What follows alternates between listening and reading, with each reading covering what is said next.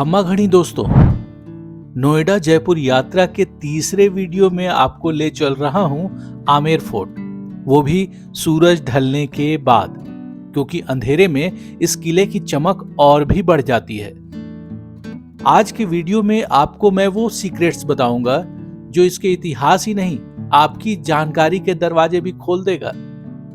दुनिया की सबसे प्राचीन एयर कंडीशनर, एक ऐसा फूल जिसमें छिपे हैं 7 जानवर, और वो शीश महल जिसे सिर्फ एक मोमबत्ती से रोशन किया जा सकता है।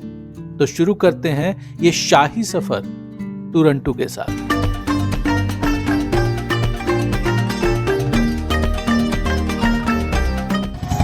मैम, इसको रावण अत्ता बोलते हैं। अच्छा, ये आप लोगों के वेलकम्स के लिए बजाया जाता है।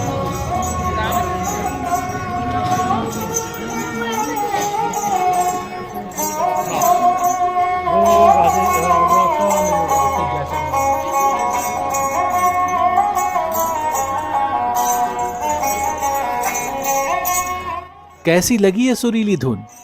ये महज राजस्थान की संस्कृति नहीं, आपकी शान भी मुकम्मल करती है। ये कहती है कि आमेर में आपका स्वागत है। वही आमेर जो कभी कछवाहा राजपूत शासकों की राजधानी हुआ करती थी। तब 1592 में राजा मान सिंह प्रथम ने इस किले को बनवाना शुरू किया था। तो चलिए किले के अंदर चलते हैं।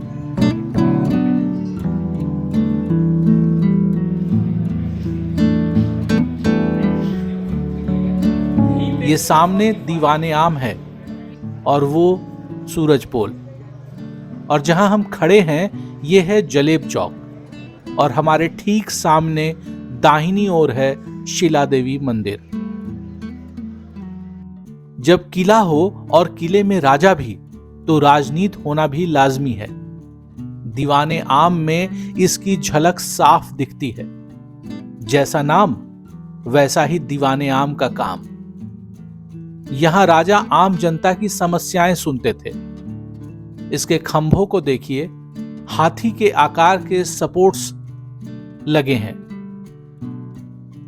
मजे की बात यह है कि राजा मान सिंह ने इसे बनवाना तो शुरू किया था राजपूत शैली में, लेकिन जब उन्हें लगा कि मुगल बादशाह जहांगीर नाराज हो सकते हैं, तो उन्होंने इसका ऊपरी हिस्सा मुगल शैली में बनवा दिया।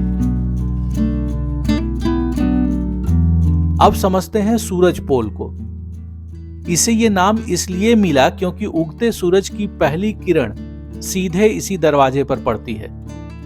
और पुराने जमाने में जब राजा युद्ध जीत कर आते थे, तो उनकी सेना जलेब चौक के इसी प्रांगण में जश्न मनाती थी।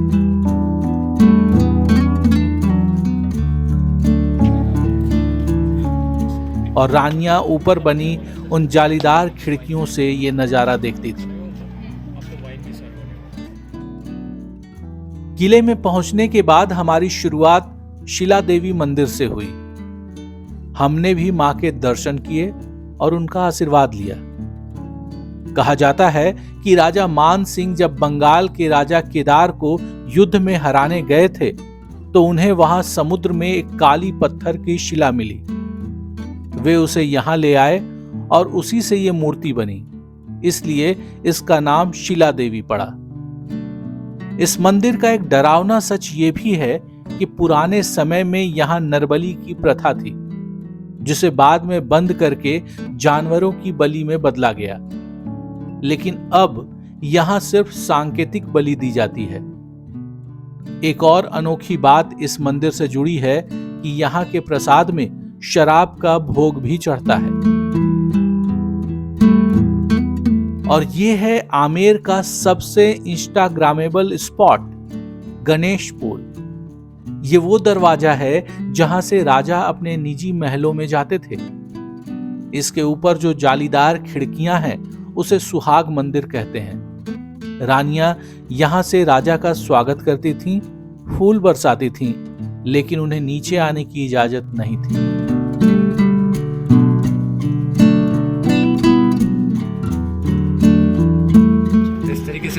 ये फोटो किसकी बनी हुई है? गणेश जी।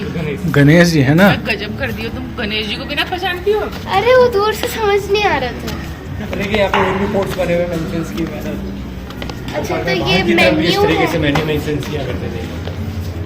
और ये सब ऑर्गेनिक नेचुरल वेजिटेबल्स कलर्स हैं, इसको कभी भी रिपेयर नहीं किया गया, जब वैसा कैसा है। बात करते हैं 9 प्रिंसेस की, नवरत्न की।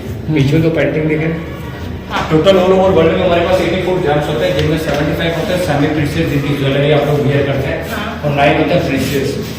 9 प्रिंसेस की जब कटिंग एंड पॉलिश होते हैं तो जिसका डस्ट निकलता है, उस डस्ट को यहाँ यूज़ किया गया है, जिसमें blue sapphire, yellow sapphire, Ruby, emerald, वो सब। और एक बॉर्डर भी देख रहे हैं, शाइन कर रहा है। ये 24 कैरेट गोल्ड का पॉलिश है। 9 प्रिंसेस के कलर्स को यूज़ करने की वजह क्या है? नेगेटिविटीज आउट एंड पॉजिटिविटी, क्योंकि 12 राशि में काम करता है। एक डोर देखेंगे, ब्रास का डोर है पूरा, और इस डोर में एक साउंड भी फिट किया गया है एलिफेंट और लायन का। लायन जो कि डेडिकेट करता है सिंह को, और एलिफेंट होता है गुड वाइब्स के लिए, और डेडिकेट करता है गॉड ऑफ गणेश को। कलर को यूज किया है। अच्छा, जिसको अब इसमें बदल दिया गया है। हाँ, ये उस समय का ऑयल पेंट है, जिसमें उड़द का दाग और गुड़ मिक्स करने के बाद ऊपर से कोकोनट ऑयल का पॉलिश किया जाता था। आज भी एज इट इज वैसे कैसे। और अब हम बढ़ रहे हैं शीश महल की तरफ। अरे मैं नहीं गई हूँ ना। यही वो जगह है जिसके लिए दुनिया भर के लोग यहाँ आते हैं।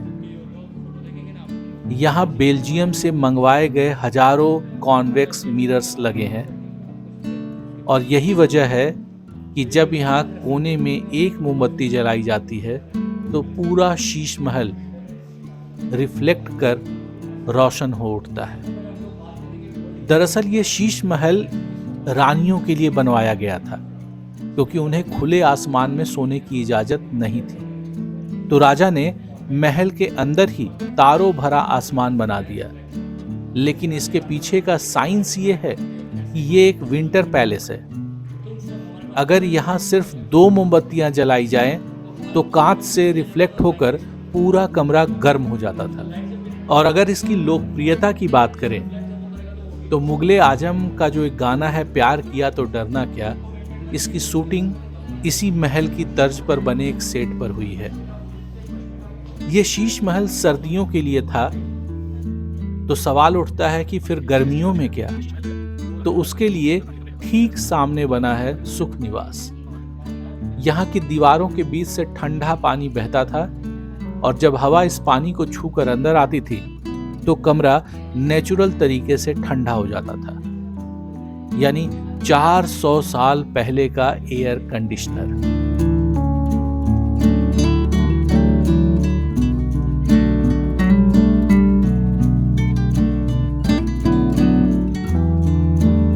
और अब देखिए, अब आपको एक जादू दिखाता हूं। इस खंबे पर बने फूल को देखिए, इसे मैजिक फ्लावर कहते हैं।